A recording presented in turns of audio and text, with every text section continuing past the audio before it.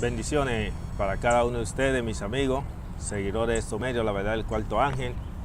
Y para aquellos que por primera vez también nos están mirando por estos medios, La Verdad del Cuarto Ángel, les deseamos una bendición muy especial.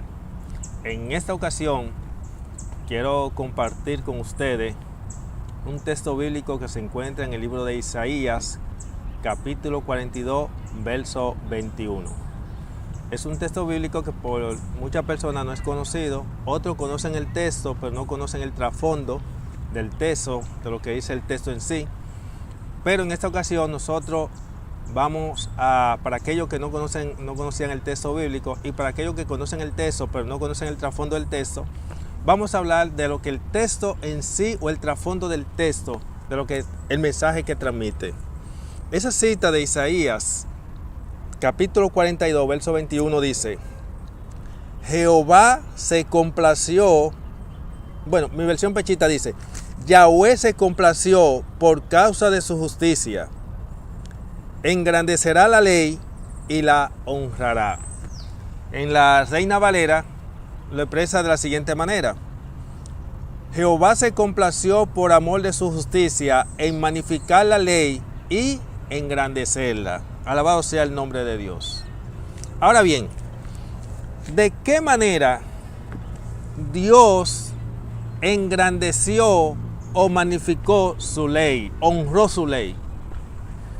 Hay mucho que decir de lo que el mensaje transmite o el texto bíblico, del trasfondo que hay de este mensaje. Lo primero es que Dios posee una ley que no perdona. Escucha bien, Dios tiene una ley que hay que ser obediente a su ley. Y claramente es una ley que fue establecida para nuestro propio beneficio, porque Dios no es un Dios egoísta, Dios no es un tirano. Dios es nuestro creador. Como creador, Él sabe lo que nos conviene. Por eso, para aquellos que han experimentado el verdadero nacimiento, para aquellos que son participantes de la naturaleza divina, la ley de Dios es una delicia. Pero para el cristiano en la carne, para el que no es participante de la naturaleza divina, la ley de Dios es gravosa, es difícil, es algo tremendo. Así que Dios se complació en engrandecer su ley, aclarando. ¿Cómo la engrandeció? Aclarando primeramente que la ley de Dios no perdona pecado. Oiga bien, la ley de Dios no perdona pecado. Cuando nuestros primeros padres pecaron, ellos cometieron, vamos a decir, el pecado imperdonable. Al cometer el pecado imperdonable no podían ser perdonados. ¿Por qué? Porque violaron la ley de Dios, la cual no perdona.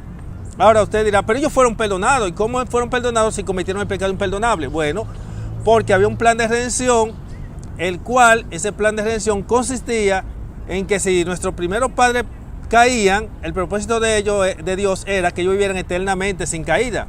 Pero había un plan de redención que si el hombre caía, uno de ellos se iba a ser hombre, iba a pagar la demanda de la ley para darle una oportunidad al hombre. Pero observe que ese pecado, que es imperdonable, ellos son perdonados, pero no el pecado imperdonable, sino que Cristo decide pagar por ello. Y por eso usted nota que Dios engrandece su ley como, bueno, mi ley yo no la rebajo. Mi ley siempre debe estar en alta. Nuestros primeros padres pecan y para Dios perdonarlo a ellos no rebajó su ley, sino que Dios entonces lo que hace es que pone la seriedad de lo que es su ley, como poniendo a su hijo en su lugar para que pague la demanda de la ley que exigía de la muerte de nuestros primeros padres, Adán y Eva y su descendiente. Oiga, para que usted vea la seriedad de lo que es la ley de Dios. Por esos medios nosotros hablamos claramente de lo que es el pecado. Así que esa es una manera en que podemos darle a conocer de la manera en que Dios engrandeció su ley, demostrando que su ley no perdona, que nuestros primeros padres, Adán y Eva, fueron perdonados, pero su pecado no, porque por su pecado tuvo que pagar ¿quién? Cristo Jesús. Un punto claro. Muy bien. Otra de la manera en que Dios engrandeció su ley, la podemos ver a través de la historia de Israel. Dios en la historia de Israel, a ninguna persona, ya sea como individuo o grupo, no lo justificaba más de una vez por su pecado.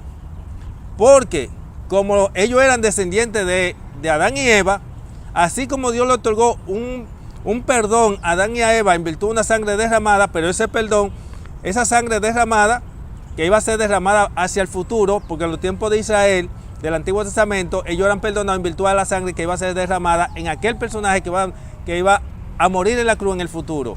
Igualmente, nosotros hoy en día, los pecadores, los que no han experimentado la conversión, somos perdonados en virtud a una sangre derramada en el pasado.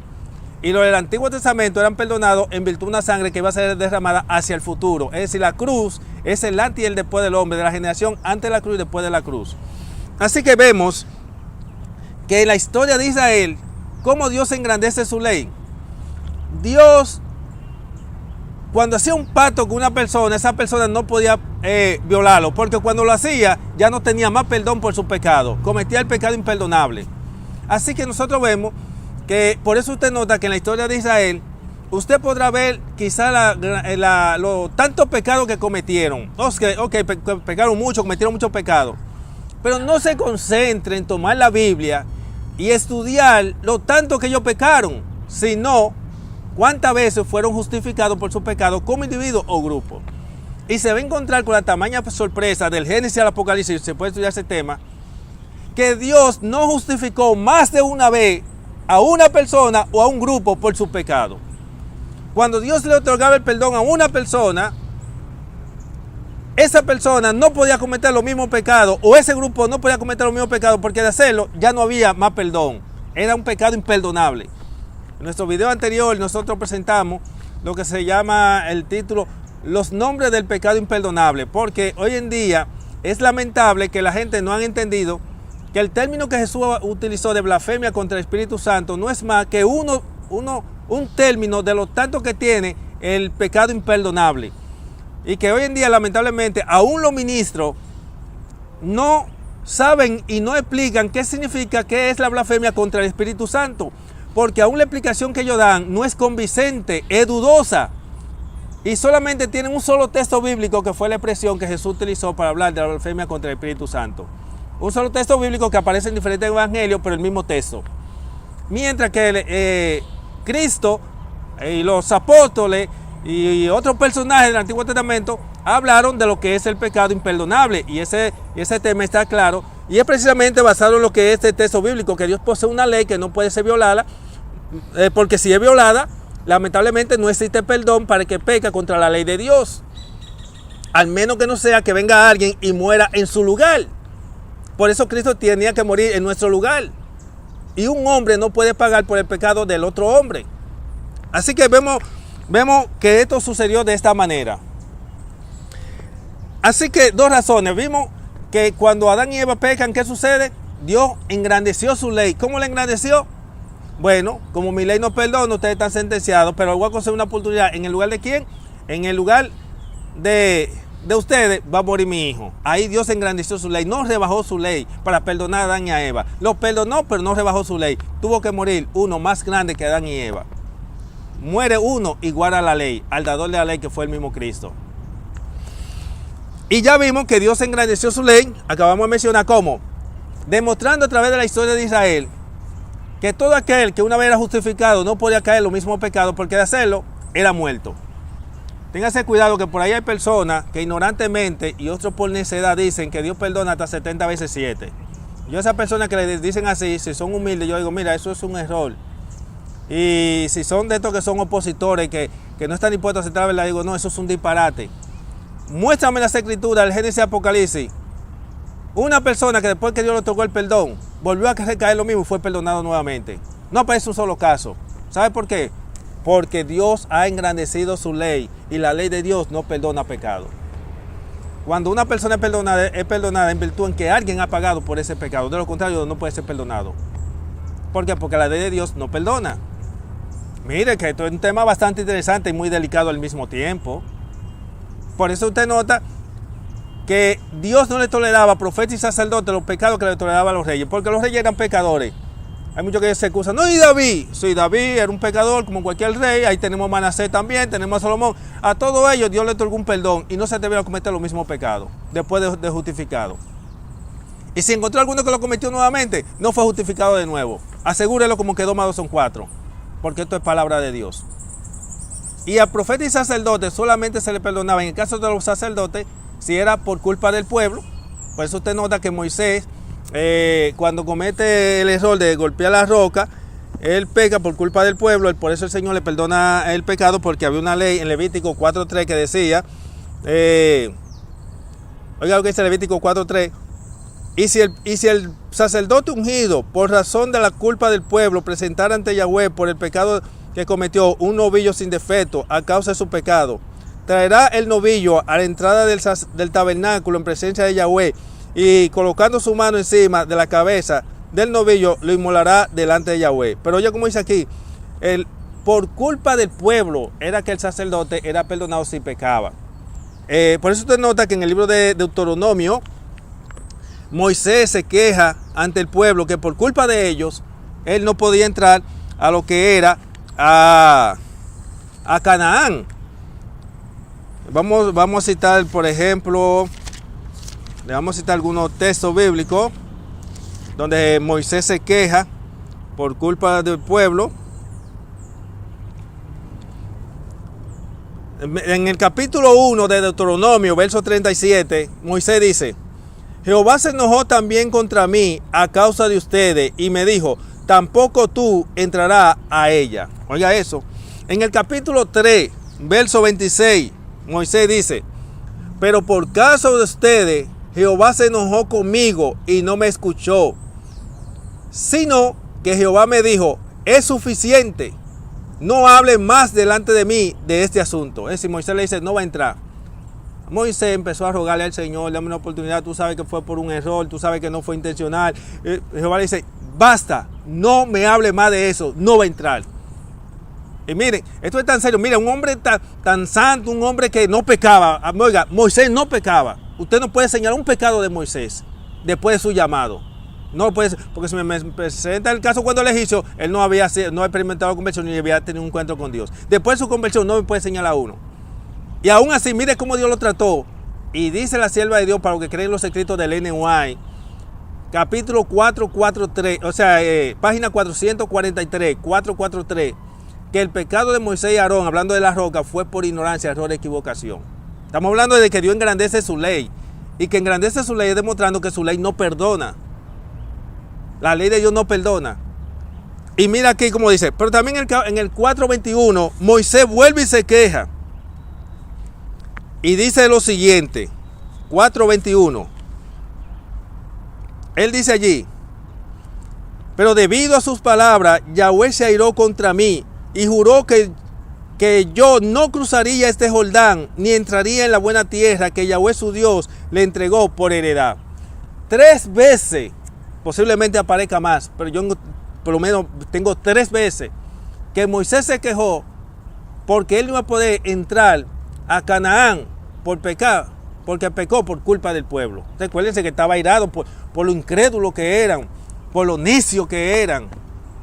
Y en ese momento de enojo contra ellos, al ver que un Dios de amor tan grande, tan misericordioso, que lo protegía de los depredadores en el desierto, que le enviaba columna de fuego en la noche para que el sol no le matara y al mismo tiempo del cuidado de los depredadores del desierto, al ver cómo el Señor lo sacó con mano poderosa de Egipto, al ver cómo Él enviaba maná, al ver todas las bendiciones y aún así eran incrédulos y a pesar de todo eso, cómo le había dado agua en el desierto antes de ellos, y seguían por un poquito de sed que tenían o porque tenían sed venían a rebelarse contra Moisés y su Dios. Miren, eso es algo terrible. Moisés en ese momento de indignación, Dios le dice, toma la vara y háblale a la roca, pero como Dios en otra ocasión le había dicho, toma la vara y golpea a la roca, él creyó que la orden era la misma y agarró y con enojo le golpeó a la roca, pero la orden era diferente. Oiga, para que usted vea, hay que ser cuidadoso con lo que Dios dice.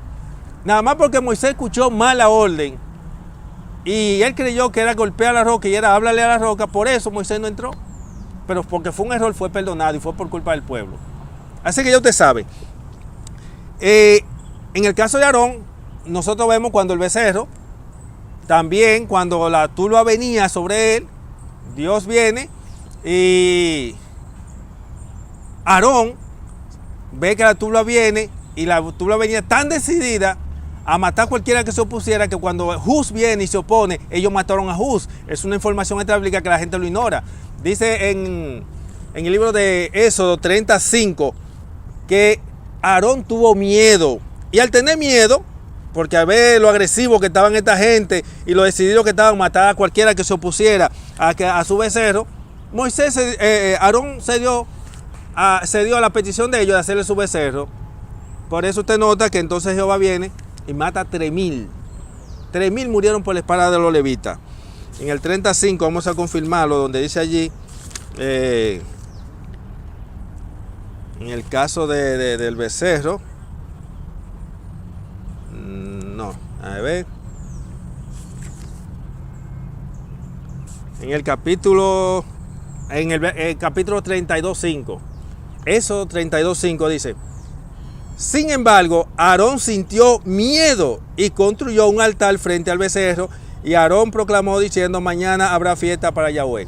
Pero dice aquí el texto: sin embargo, Aarón sintió miedo. Al sentir miedo, el miedo lo conllevó a cometer el error de hacerle el becerro a ellos. Por eso tenemos un libro que hemos escrito, lo estamos ahora editando y digitándolo, titulado Teología Oculta del Santuario. Allí tenemos un capítulo que se titula Sacrificio humano por los pecados intencionales del pueblo. En ese capítulo nosotros explicamos que Jehová en su santuario lo que decía era un pecado a través de los sacrificios de los bueyes, los corderos y ese tipo de cosas. Era a través de los pecados que era por ignorancia, error de equivocación, no era por pecado intencional que se admitían pecados en el santuario.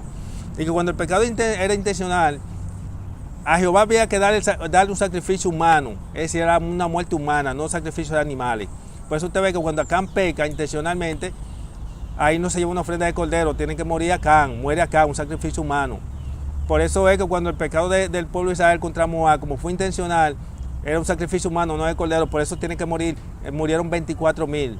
Cuando el becerro, como había un pacto ya hecho en el capítulo 19 y ahora en el 32, hace un becerro teniendo una ley, Jehová, por ese pecado no es un cordero que tienen que traerme, tienen que darme un sacrificio humano, por eso mueren ¿qué? Como 3,000. Cuando a María y Aarón vienen y hablan mal contra Moisés, Dios hace hace público el caso de ellos, para que nadie repita el mismo caso de ellos, porque no van a correr la misma suerte. Ahí entonces, después que Dios hace público el caso de ellos, después viene Datán, Coré y Abirán a hacer lo mismo que María y Aarón, pero no corrían la misma suerte. Como ya era deliberado porque Dios hizo caso al público de ellos y no van a correr la misma suerte, sacrificio humano, murieron 250.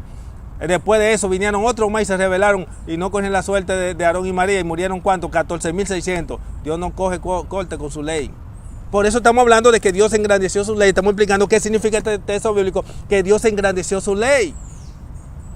Porque hay gente que aún lo que dicen, el pueblo que dice ser guardador de los mandamientos de Dios se está jugando con la ley. Porque en ellos pecar intencional, deliberadamente, no lee nada, confiándose en la promesa de 1 Juan 2:1. Cuando esa promesa es para el que comete el pecado, no de muerte. El pecado no de muerte es el pecado que se puede imputar y que es por ignorancia, error de equivocación. El pecado no de muerte es el pecado que comete el justo después justificado, que se le imputa al diablo, no a Cristo, porque Cristo no se le imputa el pecado de los justos.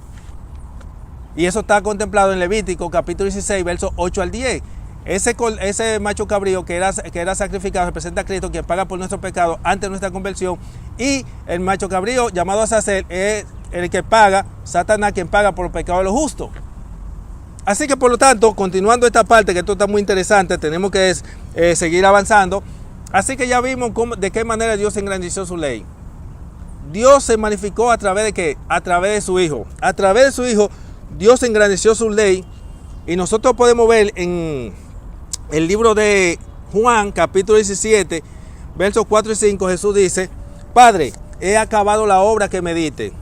Pero esa obra que Jesús había acabado no era la de la redención del hombre, porque él ni siquiera había ido a la cruz.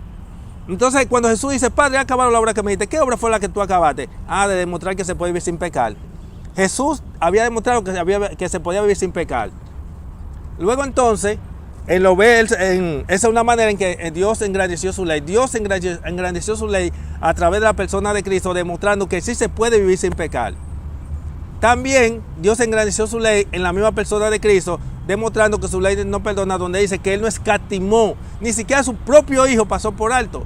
Cuando Él, ya en la escena, en el capítulo 18 y 19, que es donde entra la escena de la cruz, que a partir de la escena de la cruz es que Cristo se hace pecado por el hombre, asume nuestra naturaleza pecaminosa para que nosotros asumamos su naturaleza divina. Y voy a hacer un stop aquí. Hay personas que andan diciendo por ahí, por cierto, tengo un amigo muy querido, seguidor de Somerio, la verdad, el Cuarto Ángel, donde él estaba presentando un tema y él presentaba en su mensaje que Jesús posee una naturaleza pecaminosa. Miren, yo le he dicho, y yo para esto no tengo amigos, pero es un amigo mío, yo lo quiero y lo aprecio mucho, y él a mí, pero eso es algo diabólico. El que dice que Jesús poseía una naturaleza pecaminosa está diciendo que Jesús poseía la simiente del diablo, porque nosotros, los seres humanos, nacemos con una naturaleza pecaminosa que es la naturaleza del diablo, la simiente del diablo. Ahora bien, hay muchas cosas que dicen, no, pero si Jesús, él me decía, mientras conversábamos, él me decía, pero si Jesús no posee una naturaleza pecaminosa, entonces Jesús no puede ser nuestro ejemplo. Yo a él le decía, tú tienes razón y al mismo tiempo estás equivocado. Y usted dirá, ¿cómo así? Bueno, primeramente, déjeme aclararle antes de explicarle esto. Es bueno que siempre se tenga en claro al tocar este tema, que del punto de la caída, de ese punto viene nuestra redención. Del punto de la caída, que es de una naturaleza no pecaminosa, que es donde cae Adán, de una naturaleza que poseía no pecaminosa, viene nuestra caída. Y del punto de la caída, entonces viene nuestra redención, que es donde el primer Adán no posee una naturaleza pecaminosa, ni el segundo Adán tampoco poseía una naturaleza pecaminosa. Ahora bien, ¿qué sucede? Hay muchos que dicen, no, Jesús no pecó porque él se sometió a la palabra de Dios. Sí, pero él se sometió a partir de la premisa de que no posee una naturaleza pecaminosa, no con una naturaleza pecaminosa, porque la naturaleza pecaminosa es imposible sujetarse a la ley de Dios. Eso la gente no ha entendido. Es imposible una naturaleza, porque por eso se llama naturaleza pecaminosa. Es naturaleza porque es algo natural. ¿Cómo puede una naturaleza pecaminosa sujetarse a la ley de Dios? No obedeciendo. ¿Y cómo va a obedecer si es pecaminosa por naturaleza? Son gente como que no entienden. La naturaleza pecaminosa no puede sujetarse a la ley. Es imposible. Eso como usted quiere decir que una mata de mango va a dar aguacate. O una mata de aguacate va a dar chinola. No. Cada árbol da fruto según lo que es. Una naturaleza pecaminosa va a dar, ¿qué? Naturaleza pecaminosa. Ahora bien, cuando él me decía, si Jesús no posee una naturaleza pecaminosa, entonces Jesús no puede ser el ejemplo de los pecadores. Y vuelvo y le digo, yo le dije a él que él tenía razón y al mismo tiempo estaba equivocado. ¿Cómo así? Jesús no es el ejemplo ni el modelo seguido de los pecadores que no han experimentado la conversión. Jesús no es el modelo a seguir del pecador que posee una naturaleza pecaminosa. Jesús es el modelo a seguir de los pecadores que han experimentado la conversión, de aquellos que son participantes de la naturaleza divina. Porque Jesús asume mi naturaleza pecaminosa y yo asumo su naturaleza divina. Pero Cristo asume nuestra naturaleza pecaminosa, no es en su nacimiento. Él asume a partir de la cruz, a partir de donde él dijo, Padre, ha acabado la obra que me diste. Luego de ahí, que era la demostrar que se puede vivir sin pecar y vindicar el nombre de Dios, porque no se puede vindicar el nombre de Dios en pecado. Entonces, a partir de ahí, por eso el Ellen White dice, tiene dos declaraciones, una declaración donde el Ellen White dice que Jesús asumió nuestra naturaleza pecaminosa, y hay otra parte donde ella dice que Jesús no asumió nuestra pecaminosidad. ¿Cuál es el punto? Lo que pasa es, muchos dirán, bueno, pues ella se contradice, estará loca esa viejita o esa profeta. No, ella no está loca porque es una mujer usada por Dios. Cuando ella dice que Jesús no asumió nuestra pecaminosidad, o sea, nuestra naturaleza pecaminosa, está hablando en su nacimiento. En su nacimiento Cristo no asumió nuestra naturaleza pecaminosa. Ahora, cuando ella dice que Cristo asumió nuestra pecaminosidad o nuestra naturaleza pecaminosa, Cristo la asumió a partir de la escena de la cruz, a partir de lo que él dijo en el libro de San Juan, capítulo 17, versos 4 y 5, donde dice, Padre, ha acabado la obra que me diste. Luego entonces, ahí es que suda gota de sangre, cuando él se ve en la necesidad y la obligación de asumir nuestra naturaleza pecaminosa, porque asumir nuestra naturaleza pecaminosa es asumir nuestra condenación. ¿Entienden la idea? Ahora bien, observen, yo les decía, para Jesús es el modelo a seguir del que ya he sido justificado, del que ya he participado de la naturaleza divina. O sea, Jesús no podía ser modelo a seguir de los discípulos, pero sí de los apóstoles, porque los apóstoles eran participantes de la naturaleza divina.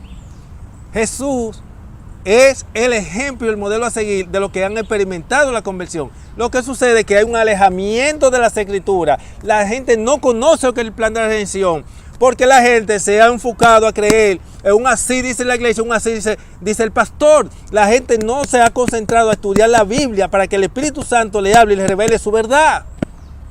Entienda eso, mi hermano. Por eso, vamos ahora a leer. Hay una cita que yo se la quedé de ver en nuestro video anterior, que trataba acerca de lo que es los pecados, los nombres del pecado imperdonable. Y esa cita se encuentra en, esta vez si no se la voy a quedar de ver, ahora sí se la voy a dar. Se encuentra en 2 de Pedro, capítulo 1, verso 4, pero voy a leer el 3, para que usted vea lo que dice allí. Vamos a leer el verso 2, del 2 al 3, al 4. Gracia y paz abunden para ustedes por el conocimiento de nuestro Señor Jesucristo, como quien les ha concedido todas las cosas que pertenecen al poder de la deidad para salvación y la revelación a Dios, por el conocimiento de aquel que nos ha llamado por su gloria y excelencia, mediante las cuales les ha dado magnífica y gloriosa promesa, para que por medio de esta participen de la naturaleza divina.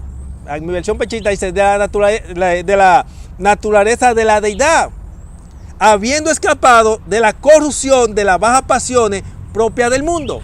Oiga, nosotros escapamos de pecar contra Dios y de vindicar su nombre es a partir que somos participantes de la naturaleza divina.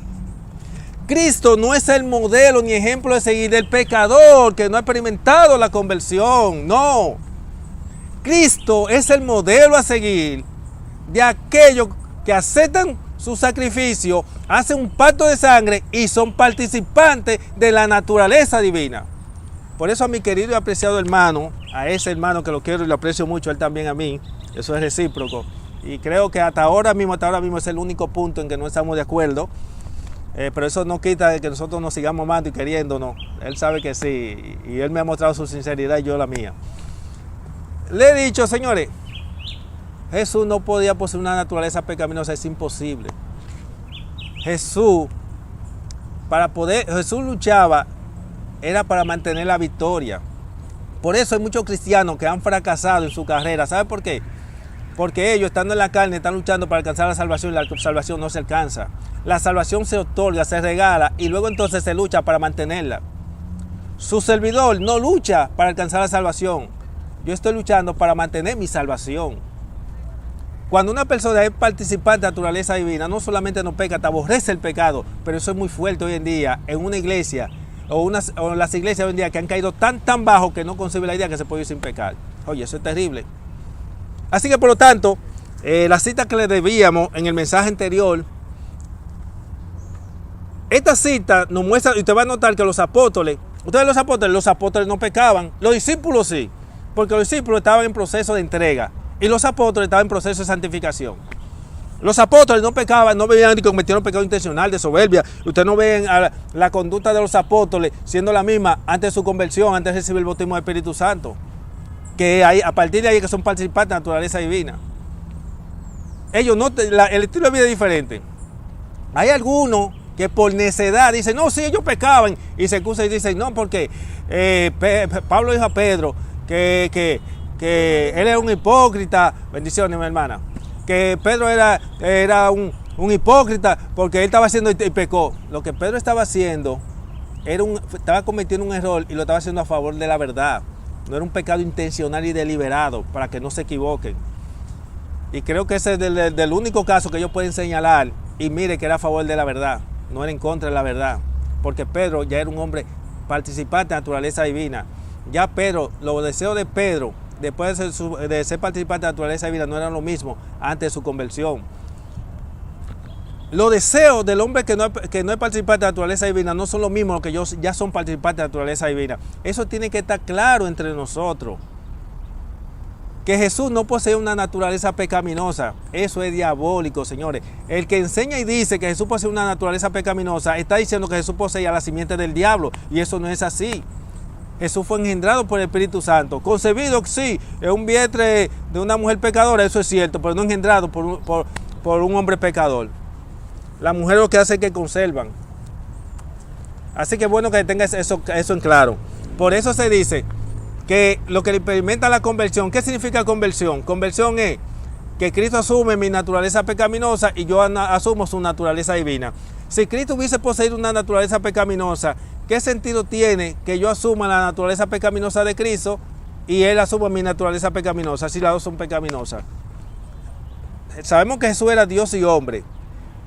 No estamos hablando de la naturaleza divina de Jesús como hombre, no estamos hablando de como Dios, no estamos hablando de la naturaleza de Jesús como Dios, estamos hablando de la naturaleza de Jesús como el segundo Adán. Así como el primer Adán era participante de la naturaleza divina antes de la caída, el primer Adán, el segundo Adán también era participante de la naturaleza divina, independientemente de que Jesús también era Dios. Así que por lo tanto es bueno que se sepa que la manera en como dice allí Isaías 42, 21, que Dios engrandeció su ley, Dios engrandeció su ley por medio de Cristo. La engrandeció por medio de Cristo porque Cristo demostró que sí se puede vivir sin pecar, y Dios engrandeció su ley por medio de Cristo porque Dios ni siquiera su propio Hijo lo escatimó, sino que cuando su Hijo determinó a pagar por el pecado imperdonable de Adán y Eva, entonces Dios demostró que Él no rebaja su ley, ni siquiera por su propio Hijo, ni siquiera por Adán y Eva. Adán y Eva, que son menos que Cristo, Dios no rebajó su ley. Dios le engrandeció. ¿Cómo? Haciendo que se pague la demanda de la ley, porque la ley de Dios no perdona pecado. Por eso nuestros pecados son perdonados en virtud de una sangre derramada. Los pecados nuestros antes de nuestra conversión. Los pecados nuestros después de nuestra conversión, si son por ignorancia, error o equivocación, son perdonados porque se le imputan al diablo si son por ignorancia, error o equivocación. Y si son deliberados después de la conversión, no se le imputan ni a Cristo ni al diablo. Tiene que pagar el individuo porque ese pecado no se imputa. Claro, para aquellos que no conocían esta verdad bíblica y han estado pecando intencional deliberadamente y no conocían esta verdad, aférrense como Jacob del ángel a la promesa de Juan 8:32 que dice: conoceré la verdad y la verdad os hará libre. Dígale al Señor: perdóname porque yo no conocía esta verdad. El Señor tomará su pecado intencionado o deliberado como un pecado de ignorancia porque usted no conocía esta verdad. Los ministros y las iglesias no están enseñando esto y por lo tanto se entra en el santuario como un pecado de ignorancia porque usted no conocía esta verdad, y luego entonces se le imputan al diablo. Ahí el diablo tiene problemas serios, porque el diablo sabe que a él nada más se le imputa los pecados de ignorancia del pueblo. Ahora hay un pecado intencional y deliberado que se le va a imputar a él, pero no se le va a imputar como intencional y deliberado, sino como ignorancia, porque no conocían esa verdad y ahora están conociendo por estos medios. Así, mi hermano, que Dios le guarde, vivamos en santidad. Nosotros no hay una ideología rara, porque yo antes de mi conversión era un pecador y después de mi conversión sigo siendo un pecador. Eso es una teología diabólica. Cuando los apóstoles escribían era la congregación de los santos, la congregación de los santos. Ahora, que en la congregación de los santos había pecadores, sí, porque está el trigo y la cizaña. Las cizañas son los que son atraídos por el diablo y que son pecadores y vienen a traer oprobio al evangelio. Pero siempre se escribía la congregación de los santos porque lleva un remanente que vindicaba y glorificaba el nombre de Dios. Le invitamos para que usted sea de ese remanente que vindique el nombre de Dios. El nombre de Dios no se vindica pecando. No, el que está en Cristo no peca, dice 1 Juan 3:6. Porque de hacerlo tiene que ser por una ignorancia, error, equivocación, por un accidente, una circunstancia. Y eso se le imputa al diablo. Y no se justifica más de una vez. Por eso, ninguna persona que cometió un error y el Señor lo perdonó, lo justificó, volvió a recaer lo mismo. Porque si recae ya no es por ignorancia, ya es de soberbia. Se le llama... esto es un punto importante que tenemos que aclarar. Que en nuestro video anterior, donde hablamos del pecado imperdonable, en sus diferentes nombres, vieron algunos nombres que se nos escapó. También el pecado imperdonable se le llama, ¿saben cómo? Se llama soberbia, rebelión. Aparte de que se llama ya pecado intencional, como en número 15:30, según versión Perchita. Aparte de que se le llama pecado deliberado, según Hebreos 10:26. Aparte que Jesús le llamó blasfemia contra el Espíritu Santo, porque es lamentable que hoy en día el único pecado imperdonable, la gente entiende que la blasfemia contra el Espíritu Santo, no entendiendo que el término blasfemia contra el Espíritu Santo es un término más de lo mucho que tiene el pecado imperdonable, y se llama también apostasía. Así que fue un placer una vez más compartir este mensaje con usted de Isaías 42, 21, de que Dios se complació en engrandecer su ley. ¿De qué manera Dios se complació en engrandecer su ley? Por medio de Cristo. ¿De qué manera Dios se complació por medio de Cristo en engrandecer su ley? Donde se demostró a través de la vida de Cristo que se puede vivir sin pecar. Y segundo, que Él no escatimó ni siquiera a su propio Hijo, sino que como su ley no perdona, entonces tuvo que experimentar la ira de Dios, que fue la muerte. No se olvide que en la cruz se revelaron 3 cosas, porque la gente amaba una sola. Cuán grande es el amor de Dios. No, en la cruz se revelan 3 cosas. Cuánto ama Dios al hombre, cuánto aborrece Dios el pecado y cuán estricto es Dios con su ley. Amó tanto al mundo que estuvo dispuesto a dar a su propio hijo. Aborrece tanto el pecado que ni siquiera su propio hijo escatimó, sino que le aplicó la ira que le correspondía a nuestro primero padre y a nosotros. Y tercero, es tan estricto que él no estuvo dispuesto a perdonar al hombre si no se pagaba la demanda de la ley, y se pagó por medio de Cristo. Nos vemos, será hasta la próxima. No se olvide de suscribirse si es de lo nuevo que no se ha suscrito. No se olvide de compartir, porque si otro se pierde por falta de esta luz que usted ya recibió, la sangre de ellos caerá sobre usted. Estamos aquí para hacer atalaya y para compartir la verdad de Dios. Le habló su amigo y hermano Nelson Cuarto Ángel. Le queremos en el amor de Cristo. Bye.